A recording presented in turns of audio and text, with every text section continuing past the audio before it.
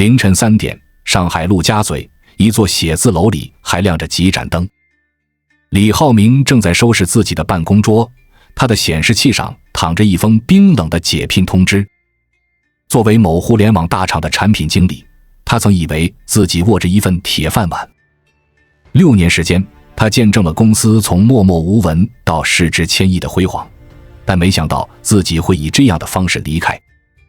最讽刺的是，就在3个月前，我还在处理新人入职，李浩明苦笑着收起办公桌上的相框，里面是团队去年春游时的合影。作为85后的他，已经开始还房贷，妻子怀着2胎在家休养，父母都指望着他赡养。这突如其来的裁员让他一夜之间从中产坠入了生存焦虑的深渊。李浩明的故事并非个例。2024年伊始，裁员潮、经济下行、中年危机、35岁焦虑等词汇频繁出现在各大媒体头条。越来越多的人开始意识到，曾经被奉为圭臬的好好读书、进大厂、买房结婚的人生路径似乎不再是护身符。当互联网大厂不再疯狂扩张，当房地产神话轰然倒塌，当全球经济格局加速重构，我们每个人都在问同一个问题：未来该如何自处？这不仅仅是一个关于职业发展的问题，而是关乎每个人未来5至10年的生存智慧。在这个充满不确定性的时代，如何才能立于不败之地？中美博弈。2024年的中国正站在一个特殊的历史节点上。表面上，这是一场关于芯片、人工智能和高科技的较量，实则是2种发展模式、2种文明形态的深层博弈。正如一位资深经济学家所言，这不是简单的贸易摩擦，而是实力地位和话语权的重新分配。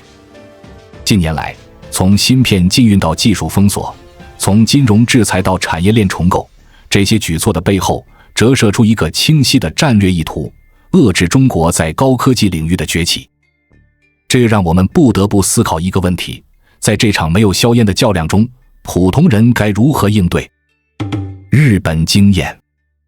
历史总是惊人的相似。上世纪80年代末的日本，恰如今日的中国，站在了令人目眩的高峰。1985年，日本国民平均财富在3年内翻了整整3倍。东京银座的地价一度高到可以买下整个美国加利福尼亚州。日本人豪气冲天，三菱地产以20亿美元的天价收购了纽约地标洛克菲勒中心，日本可以说不一书风靡全球。然而，在看似辉煌的表象之下，一场巨大的经济危机正在酝酿。1989年，随着广场协议的签署，日元升值，出口受挫，房地产泡沫破裂，日本进入了失落的30年。从此，昭和男儿变成了平成废柴，低欲望社会成为了日本的代名词。这段历史给我们最大的启示是，经济的跃升与崩塌往往都来得比我们想象的要快。当人们还沉浸在繁荣的假象中时，衰退的种子可能已经悄然萌芽。纵观历史，每一个大国的崛起之路都不会一帆风顺，在这个过程中总会遇到修昔底德陷阱的挑战。但与以往不同的是，这一次的较量发生在全球化深度融合、科技高度发达的背景下，其影响之深远，范围之广泛，前所未有。对于普通人而言，认清这个大势至关重要。这不是因为我们能改变什么，而是为了在变局中找到自己的位置。正如古人云：不谋全局者，不足谋一域。只有把握住时代脉搏，才能在变革中寻找到机会。在动荡的时代背景下，个人的生存策略需要更系统、更全面的调整。危机意识不是让我们整日惶恐，而是要建立一种清醒的认知。2008年金融危机时，很多人失去了一切，但也有人在危机中看到了机遇。比如我认识的张总，他在2008年危机最严重时收购了几家濒临破产的小工厂，等到2010年经济复苏时，这些工厂为他带来了数倍的回报。建立危机意识需要从3个层次着手：在宏观层面，我们要持续关注全球经济走势，特别是影响经济的关键指标；在行业层面，要深入了解所在行业的发展周期和变革趋势；在个人层面，则需要定期评估自己的职业发展路径和风险承受能力。但要警惕过度悲观的心理陷阱。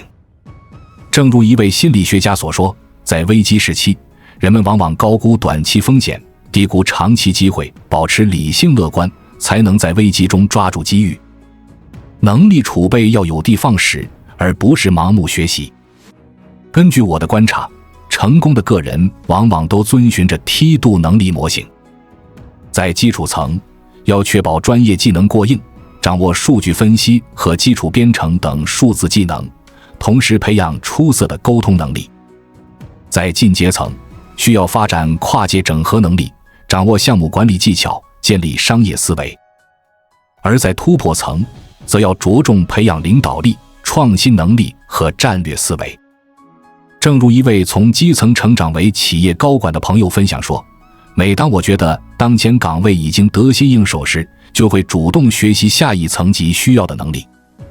这样，当机会来临时，我已经做好了准备。在信息爆炸的时代，保持战略定力比以往任何时候都更重要。以投资领域为例，很多人在2021年跟风购买虚拟货币，结果在2022年的暴跌中损失惨重。而那些坚持价值投资理念的人，反而在动荡中保持了稳定收益。要培养战略定力，可以尝试建立个人决策委员会，找2至3个值得信赖的朋友，定期讨论重要决策，使用72小时冷静期，重大决定至少等待72小时再执行。同时要养成写下长期规划的习惯，每年制定3年和5年的发展规划，并定期复盘。所有这些策略最终都要落实到具体行动上。比如每月固定时间做资产盘点和风险评估，建立并定期更新个人技能清单，保持持续学习的习惯，建立职业发展档案，记录重要成就和教训，定期参加行业交流活动，扩展人脉网络。这就像在下一盘大棋，每一步都要深思熟虑，既要算当前，也要算未来。在我们进一步探索之前，我们有一个激动人心的消息要告诉大家，我们已经开通会员功能了。现在您可以加入我们的会员大家庭，享受会员专属影片和更多独家内容。别忘了关注才知道，并点击小铃铛，我们将继续揭示更多关于金钱的真相，祝你迅速实现财务自由。正如一位成功的创业者告诉我的，在创业早期，我每天都会收到诱人的合作机会，但我给自己定了一个规则，任何偏离核心业务的机会一律说不。正是这种战略定力，让我们在竞争中胜出。在未来充满不确定性的环境中，只有提前做好充分准备，才能在变局中立于不败之地。关键不在于预测未来，而在于提升自己应对变化的能力。21世纪资本论的作者托马斯·皮凯蒂通过对3个世纪的数据研究，得出一个惊人的结论：资本收益率2始终高于经济增长率 G。 这个简单的公式背后揭示了一个残酷的现实：财富分化是资本主义发展的必然结果。在上海陆家嘴的一次经济论坛上，一位经济学教授做了这样一个比喻：如果把社会比作一列火车，现在这趟车正在加速，跟上车速的人会留在车厢里，跟不上的人则会被甩出去，而且车厢之间的门越来越难打开。这个比喻生动地描述了当前社会流动性降低的现状。根据最新的社会调查数据显示，80后、90后的阶层固化程度远超他们的父辈。这种固化既体现在职业选择上，也体现在地域发展上。特别值得注意的是城市发展的分化趋势。以北上广深为代表的一线城市，正在形成前所未有的资源洼地，优质教育、医疗、就业机会不断集中。而大多数3、4线城市则面临着人才流失、产业衰退的困境。在这个变革的时代，最危险的不是失业，而是发现自己已经不可雇佣。去年底，我采访过一位人力资源总监，他说了一段令人深思的话：现在很多35岁以上的求职者，简历上写着15年工作经验，但实际上只是把3年经验重复了5遍。这句话虽然有些夸张，但道出了一个关键问题：很多人在工作中停止了学习和进步。那么，该如何构建自己的核心竞争力？我建议从以下3个方面着手。第一是构建硬核商业技能。这里的硬核指的是那些能直接创造价值的能力，比如数据分析、项目管理、销售技巧等。记得有位职业培训师说过，你的工资取决于你解决问题的能力，而不是你工作的时间。第二是培养跨界思维能力。在当今社会，单一领域的专业知识已经不足以应对复杂的挑战。举个例子，一个优秀的产品经理不仅要懂用户需求，还要了解技术实现、商业模式、市场营销等多个维度。第三是建立持续学习的习惯。这不是说要你每天泡在图书馆，而是要建立一个持续更新知识的机制。可以是每周固定时间的读书，可以是参加行业讲座，也可以是与优秀同行的定期交流。有个朋友去年从互联网大厂离职创业，他总结了自己的经验，最重要的是要有随时失业的心理准备，但同时保持永不失业的能力储备。这句话很好地概括了我们应该有的职业心态。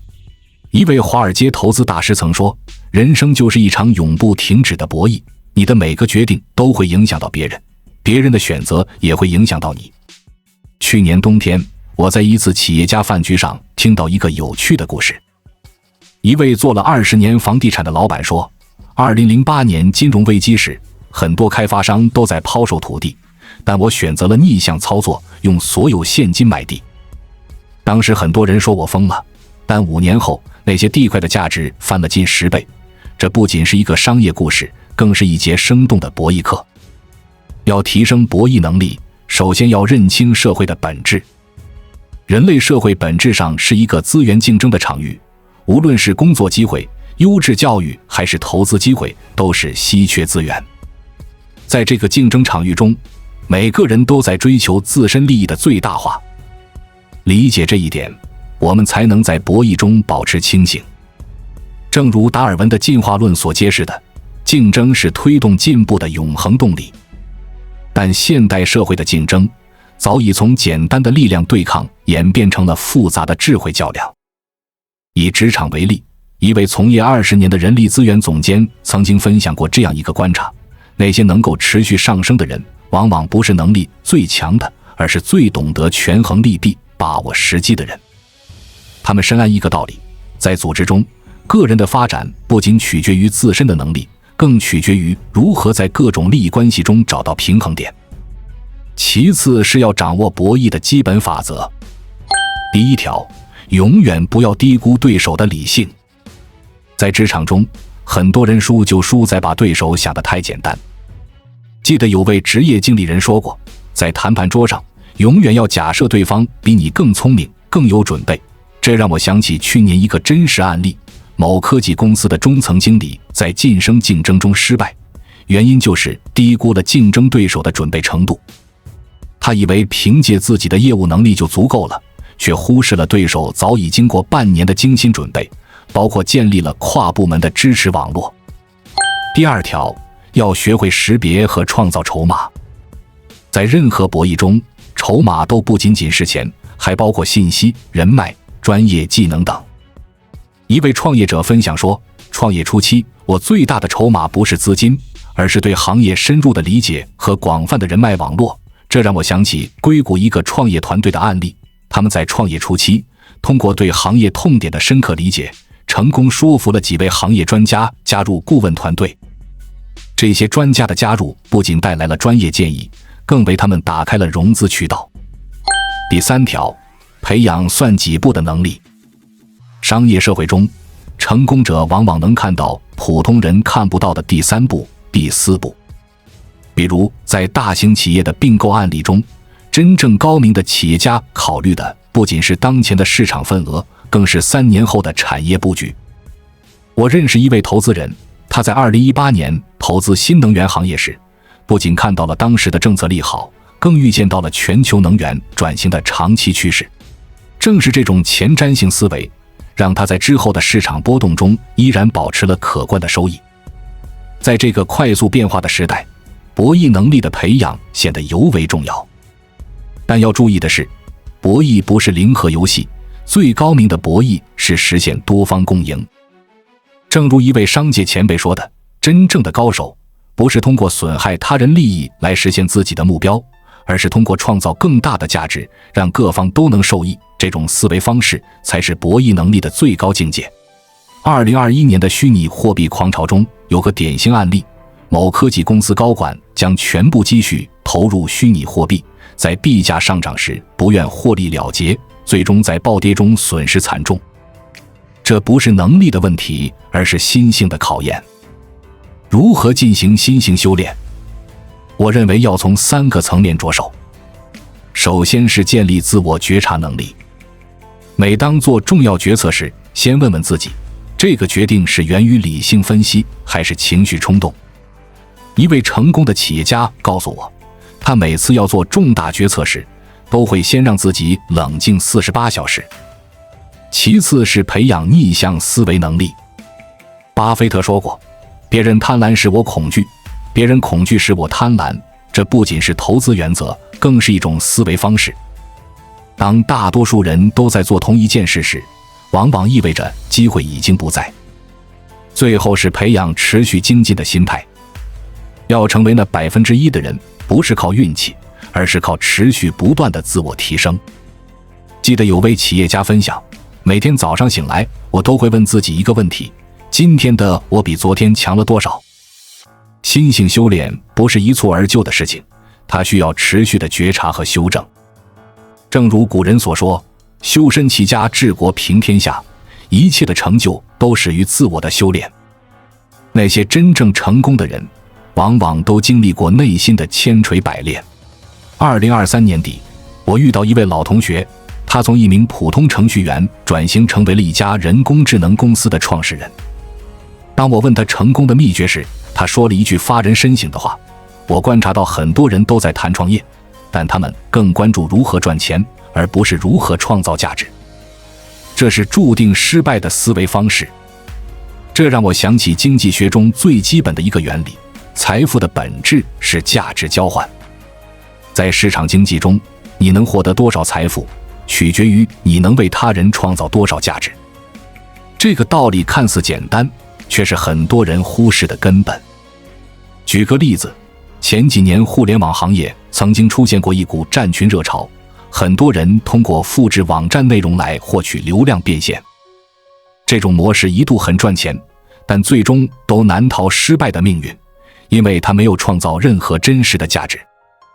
那么，如何才能创造真正的价值？关键在于理解并运用稀缺性原理。在深圳的一次创业论坛上，有位投资人说，真正的商业机会往往存在于市场的缝隙之中，要么解决一个别人没有解决的问题，要么比别人解决得更好，这就是稀缺性的体现。比如说，一位从事企业培训的朋友，他的课程之所以能卖出高价，是因为他将自己20年的实战经验系统化，创造了独特的培训方法。这种经验的稀缺性才是它价值的核心所在。关于创业与投资，有一个广为流传的误区，认为只要有钱就能做成事。而事实上，真正的逻辑应该是，当你具备了足够的能力和认知，让你有把握住一个机会时，再用金钱去撬动它。知易行难这句古话，在当今时代显得尤为真实。信息的易得性让知变得简单，但行的难度却在不断增加。记得去年在一次读书会上，有位成功的企业家分享说，现在的年轻人大多数都知道该做什么，但真正能坚持做的却很少。知道健身好，但坚持健身的不多；知道学习重要，但能持续学习的更少。为什么会产生这种知行分离的现象？主要有3个原因。第一是舒适区效应。人性总是倾向于选择熟悉和舒适的事物，而回避改变和挑战。有个朋友在职场上一直想转行做产品经理，但5年过去了，还是在做着程序员的工作。原因很简单，转行意味着要放弃现有的薪资和地位，重新开始，这需要极大的勇气。第二是及时满足的诱惑。在这个短视频和快餐文化盛行的时代，我们的注意力越来越碎片化，越来越难以进行深度思考和持续行动。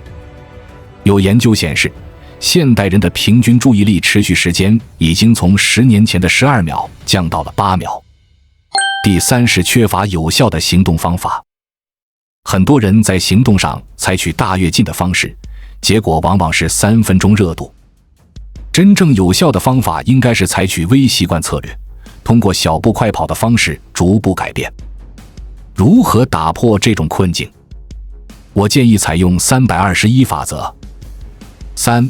给自己3个月的适应期，不期待立即见到效果。2. 每天至少专注做2个小时。1.